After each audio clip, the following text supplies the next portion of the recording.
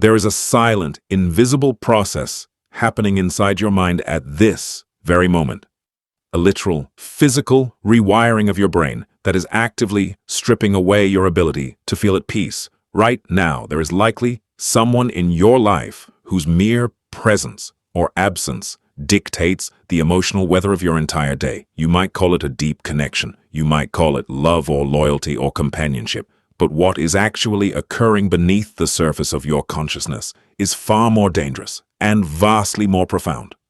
Most people never realize that the comfort they constantly seek from others is slowly destroying their own psychological immune system. Think about the last time you waited for a message, a specific reaction, or just a slight change in someone's tone of voice to decide whether your day was going to be beautiful or completely ruined. You probably think this is just a normal part of being human. Wait, is that actually true? Researchers studying neuroplasticity and the brain's dopaminergic reward circuits have only recently discovered something quietly extraordinary about human emotional dependence. When you consistently outsource your baseline happiness to another human being, your brain physically adapts to that reliance. The delicate neural pathways responsible for self-soothing emotional regulation and autonomous joy literally begin to atrophy through disuse. You are not just being a dedicated partner or a deeply empathetic friend. You are biologically disabling your own internal capacity to generate peace. You are handing the entire neurochemical control panel of your mind over to someone who is inevitably battling their own hidden chaos. That changes everything. In this narrative, we are not going to focus on cliché advice or hollow platitudes about self-love. Instead, we are going to explore the undeniable, brutal proof of why trusting someone else to curate your happiness is a fundamental mistake. We will trace the 8 hidden phases of psychological outsourcing, exploring how your mind tricks you into abandoning yourself. As we move through these stages, I will eventually reveal the most surprising psychological sign of all: a silent, destructive habit you are almost certainly engaging in right now without even knowing it. And by the end, we will uncover the profound emotional revelation that awaits you when you finally decide to cut this invisible cord. Because the absolute truth is, the very moment you stop requiring another human being to make you feel whole is the exact moment you begin to truly live. 1. The silent act of noticing. It always begins with an act of noticing that feels almost entirely harmless. You might find yourself sitting in a quiet room, completely at ease, until the person you have tethered yourself to walks in with a slightly furrowed brow or a heavy sigh. Instantly, your own baseline of comfort shatters. You begin hyper-analyzing their micro-expressions, the cadence of their voice, and the spaces between their words. You notice their emotional shifts before they even articulate them, subconsciously altering your own behavior to smooth out their edges. Few people understand the biological mechanism driving this hypervigilance. What you are experiencing is deeply rooted in a concept known as neuroception, the nervous system's subconscious scanning of the environment for safety or threat. When we mistakenly assign the role of emotional provider to another human being, our brain categorizes their mood as a matter of fundamental survival. Mirror neurons fire rapidly, syncing your cortisol levels and heart rate to theirs. You are biologically tethering your internal state to an external variable you cannot control. We often romanticize this. We call it being deeply empathetic or being completely in tune with a partner. We convince ourselves that feeling their pain or anticipating their frustration is the ultimate proof of our devotion. But there is a dark side to this exquisite sensitivity. By constantly adjusting your internal thermostat to match someone else's weather, you lose the ability to regulate your own climate. What you are observing is not profound empathy. It is the quiet, devastating moment your mind decides that your internal peace is now someone else's property. 2.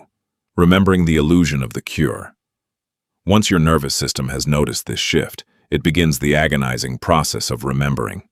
Think about the physical sensation of waiting for a text message, an apology, or a simple word of validation from the person who upset you. There's a tightness in your chest, a shallow breath, a lingering sense of dread, and then, the moment they finally offer you that sliver of reassurance, an overwhelming wave of relief washes over you.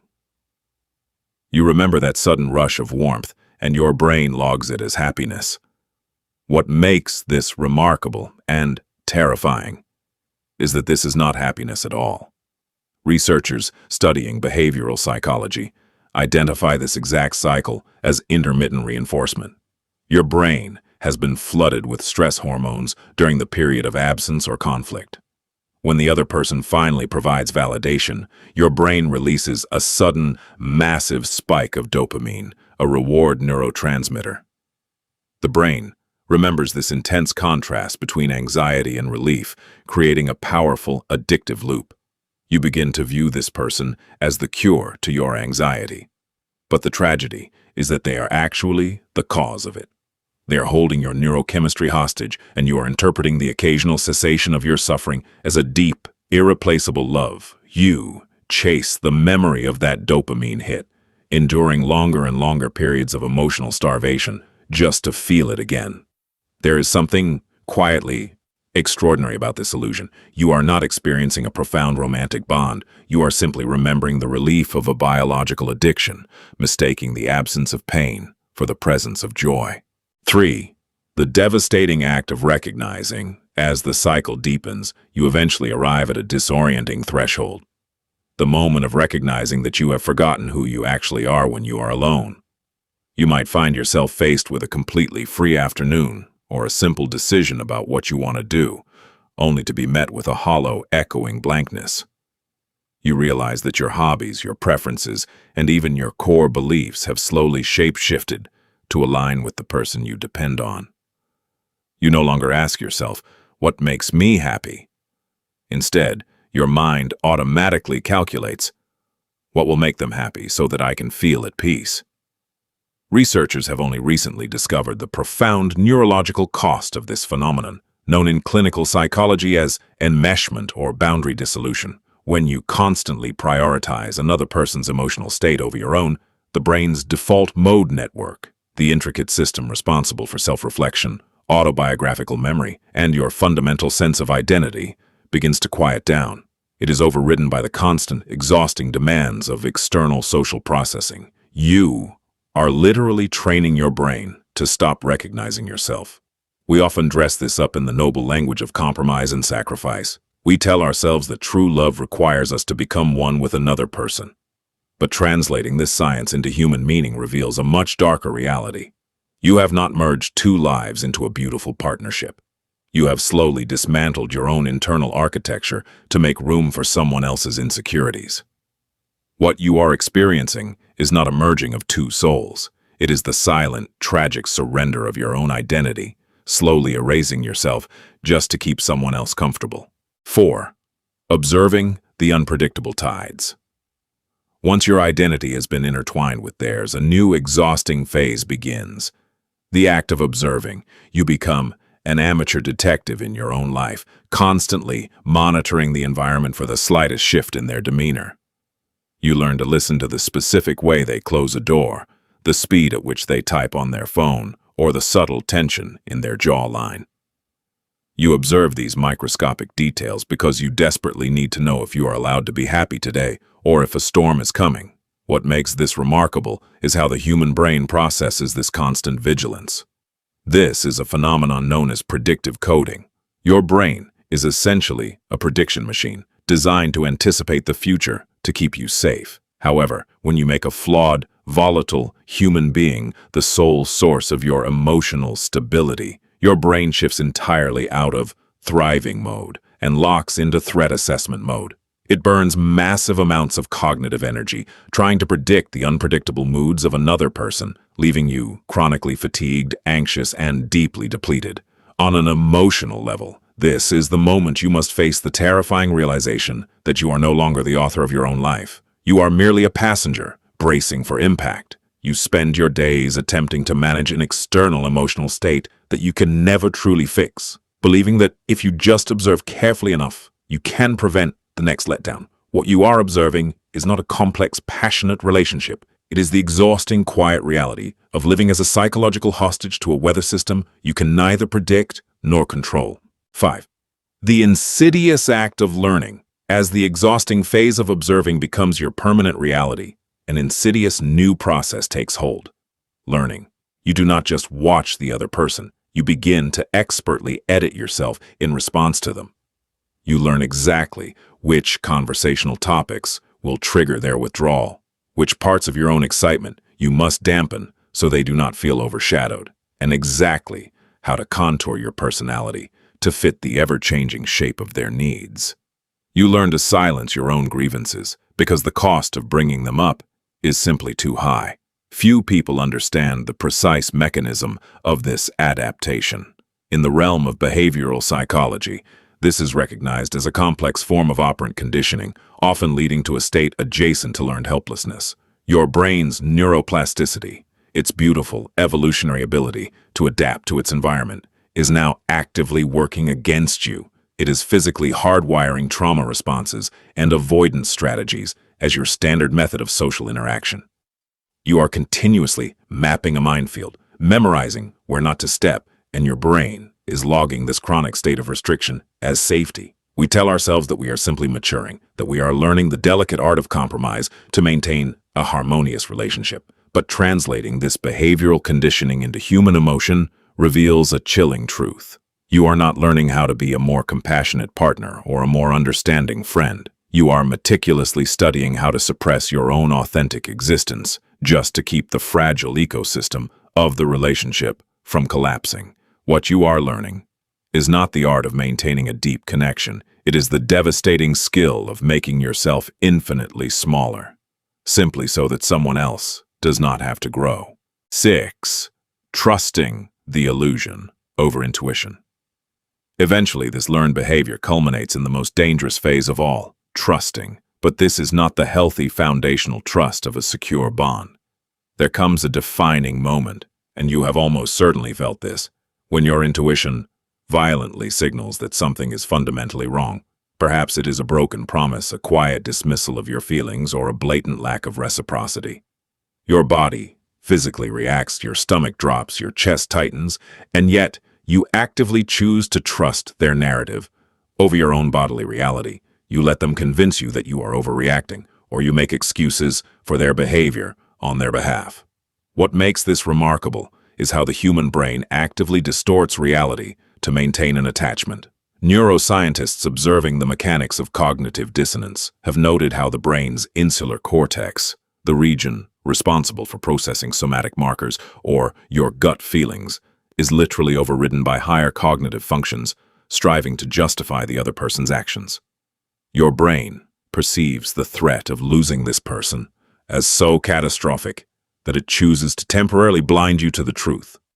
It will literally falsify your own perception of reality to preserve the bond. We romantically label this as unconditional trust, unwavering loyalty, or giving someone the benefit of the doubt. We believe that choosing to trust them, despite all the alarming evidence to the contrary, is the ultimate testament of a loving heart. But when you look closely at the internal mechanics, the tragedy becomes undeniable. You are taking the most ancient protective survival mechanism you possess, your own intuition, and deliberately silencing it. What you are trusting is not the inherent goodness of another human being.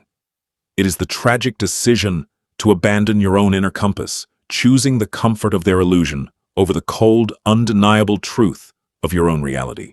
7. The exhausting art of communicating. There is a profound shift that occurs when your emotional dependence reaches its breaking point, fundamentally altering the way you communicate. You no longer speak to express your authentic reality. Instead, you engage in a hidden, desperate language of extraction. You might find yourself sending a carefully calculated message and then turning off your phone, secretly hoping their sudden panic will prove your worth. You might pick unnecessary fights just to force a passionate reaction. Or, conversely, you might withdraw into a heavy, punishing silence, waiting to see if they will care enough to chase after you. Researchers studying attachment theory categorize this as protest behavior. When the brain's attachment system is chronically hyperactivated by an unreliable source of happiness, it bypasses healthy communication and resorts to primal survival tactics. Your nervous system is flooded with anxiety, and because you cannot generate your own internal reassurance, You use subconscious manipulation to force the other person to regulate your neurochemistry for you. You are testing the structural integrity of the bond by throwing your emotional weight against it, just to see if it holds. There's something quietly extraordinary about this tragedy. When translated into human meaning, we often mistake this dramatic push and pull for intense passion. We think that the tearful reunions following these communication breakdowns are proof of a deep, unbreakable connection. But the reality is far more somber. You are not building a bridge to another human soul. You are testing the strength of a cage you have locked yourself inside. You are begging for an external solution to an internal crisis. What you are communicating is not a genuine desire for intimacy. It is the exhausting, desperate language of a mind, begging for a rescue it must ultimately perform itself. 8. The profound act of choosing. Eventually, the exhaustion of the previous 7 stages will bring you to the final, inevitable threshold. The act of choosing. It usually does not happen during a massive argument or dramatic exit. It happens in a moment of terrifying, profound stillness. It is the moment you sit alone in a quiet room, feeling the familiar ache of their absence, and instead of reaching for your phone to numb the pain, you simply let the silence exist. This brings us to the most surprising sign I promised you at the beginning of this journey. The hidden habit you have been engaging in is this. You have been using the chaos of trusting someone else as a deliberate distraction from facing your own loneliness. When you finally stop seeking their validation, you will experience what feels like an intense, agonizing withdrawal. But researchers observing the neuroplasticity of recovery know exactly what is happening in the dark. Your prefrontal cortex, the logical, self-governing center of your brain, is finally coming back online. The dormant neural pathways of self-regulation and emotional autonomy are waking up from years of forced hibernation. The pain you feel in this stage is not heartbreak. It is the physical sensation of your psychological immune system rebooting. That changes everything. This is the emotional revelation, where the concepts of companionship, memory, and belonging are entirely redefined. You realize that true connection with another human being is biologically and emotionally impossible as long as you are using them as a life raft. You can only truly love someone when you no longer absolutely need them to survive. The profound loneliness you were running from was never the absence of another person. It was the terrifying, echoing absence of yourself. What you are choosing in that quiet moment of letting go is not a life of cold isolation. It is the profound, fiercely beautiful act of finally deciding that you are entirely enough.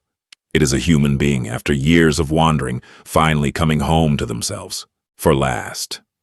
The journey from profound dependence to emotional autonomy is one of the most silent, invisible battles a human being can fight. Most people never realize how many of us are walking around, slowly untethering our happiness from the hands of others. Have you ever experienced that quiet, terrifying moment when you realized you had completely handed the keys to your happiness over to someone else? Tell me what happened when you finally decided to take them back. Share your story in the comments below. I read every single one, and your experience might be the exact proof someone else needs today to realize they are not alone.